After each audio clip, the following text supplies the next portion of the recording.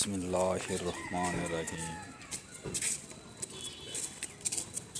নাহমাদুহু ওয়া নুসাল্লি আলা রাসূলিহিল কারীম। সুপ্রিয় দর্শক, ইউটিউব ভিডিওতে সকলকে স্বাগতম। আপনারা যে যেখান থেকে এই ভিডিওটা দেখছেন, তাদের আন্তরিক প্রীতি, শুভেচ্ছা এবং ভালোবাসা। তো আজকে গরিব মানুষদের জন্য কিচ্ছু নেই। ধর্মটাকে রাজনীতিতে নিয়ে চলে এসেছে। প্রকৃত ধর্ম এখন কেউ পালন করতে পারছে না।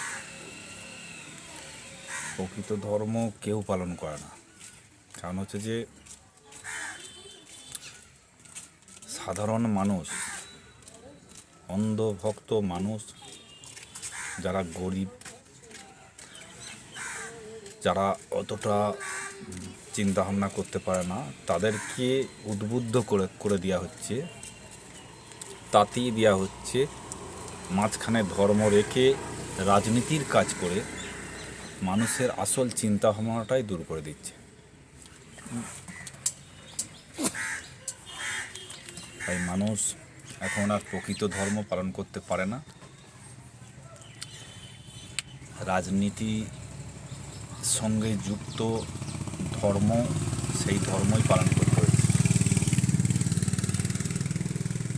আর এই ধর্ম যারা পালন করছে, তার মাথার উপরে রাজনীতি ফায়দা তারা লুটে নিচ্ছে।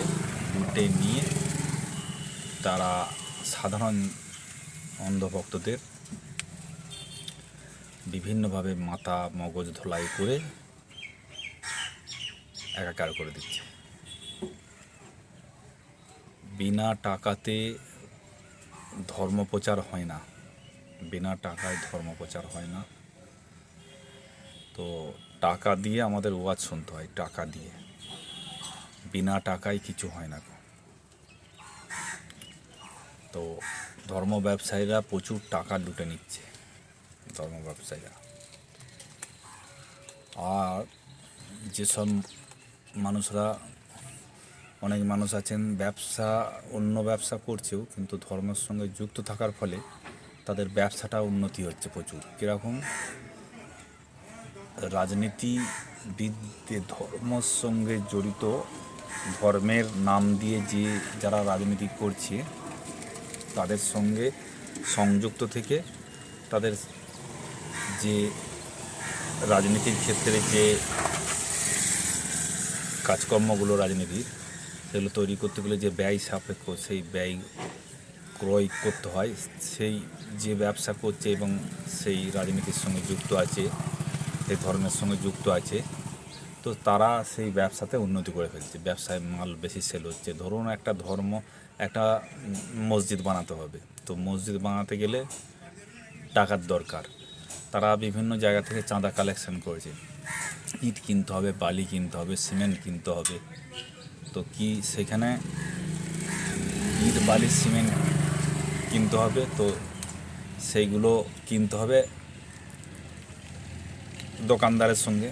সে দোকানদার যদি মুসলমান হয়, সেই দোকানদার যদি মুসলমান হয়, লাভে একটু কম রাখে, তাহলে আর আমাদের সঙ্গে যদি তাল মিলিয়ে চলে, তাহলে তার দোকান থেকে মালটা কেনা হবে। আর তার দোকান থেকে সমস্ত মাল কিনলে সে অনেকটা লাভবান হবে। আর তার জন্য তাকে সমর্থন করে যেতে হবে। ধর্মের নাম দিয়ে রাজনীতি করবে, সেটাকে সমর্থন করতে হবে, নাহলে সে টিকতে পারবে না। ধর্মের নাম দিয়ে রাজনীতি করতে হবে। আর সে তো ধর্মের নাম দিয়ে রাজনীতি করা ব্যক্তিদের সঙ্গে রিলেশন রাখবেই। আবার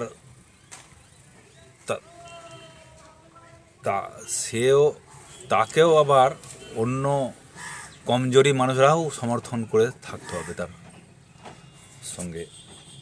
তো এইভাবে যদি না করে সাধারণ মানুষরা কাজ পাবে না, কেননা গরিব মানুষ খেটে খায়, একটা লেবার দরকার, বাড়ি করতে গেলে লেবার দরকার, তাহলে তাদের কাছ থেকে তাদেরকে দিয়ে লেবার নেবে না, তো লেবার নেবে না কো, তাহলে লেবারগুলো কাজ না পেয়ে খেতে পাবে না কো। অতএব এর সঙ্গে তাদের সঙ্গে তালে মিলিয়ে চলতে হবে, তারা যেটা বলবে সেভাবে শুনতে হবে। তো এই হয়ে গেছে আজকে ধর্মটা। ধর্ম আর ধর্মর জায়গায় নেই। ধর্ম ব্যবসায়ীরা বিনা টাকায় কাউকে ওয়াচ করবে না, আর বিনা টাকায় কাউকে ধর্মীয় জ্ঞান দিতেও যাবে না, তার জন্য টাকা লাগবে। এইভাবে তারা কামিয়ে কোটি কোটি টাকা লুটে নিচ্ছে, আর গরিব মানুষদেরকে যে দান করতে হয় সেটা উজ্জ্ব থেকে যাচ্ছে।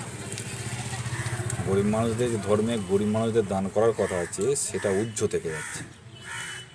আর এর ফলে কি হচ্ছে, গরিবদের কোনো উন্নতির লক্ষণ নেই, গরিবরা খেতে পাচ্ছে না, কাজ পাচ্ছে না, তাদের বউ মেয়েরা বেজ্জতি হচ্ছে, ধনীদের দ্বারা কোনো বিচার নেই, কোনো প্রতিকার করার কোনো ব্যবস্থাই নেই। তো গরিব হলে তো গরিবের হয়ে কেউ ধনীদের বিরুদ্ধে যেতে চাইবে না। একটা ধনী লোক যদি গরিবের উপর অত্যাচার করে, গরিবের বউ মেয়েদের উপর অত্যাচার করে, সব ধনী কটা মিলে চাপা দেওয়ার চেষ্টা করবে, বলবে না ওসব কিছু হয়নি, ও এরকম করতেই পারে না। তো এইভাবে চলছে আজকে সমাজ ব্যবস্থাটা। তো কী বলবো, আপনারা যদি ধর্ম পালন করতে চান প্রকৃত ধর্ম, তাহলে রাজনীতি মুক্ত প্রকৃত ধর্ম পালন করুন, আর মেন হচ্ছে যে গরিবদের দান করুন, তবেই আপনারা ধর্ম পালন করতে পারবেন। খোদা হাফেজ।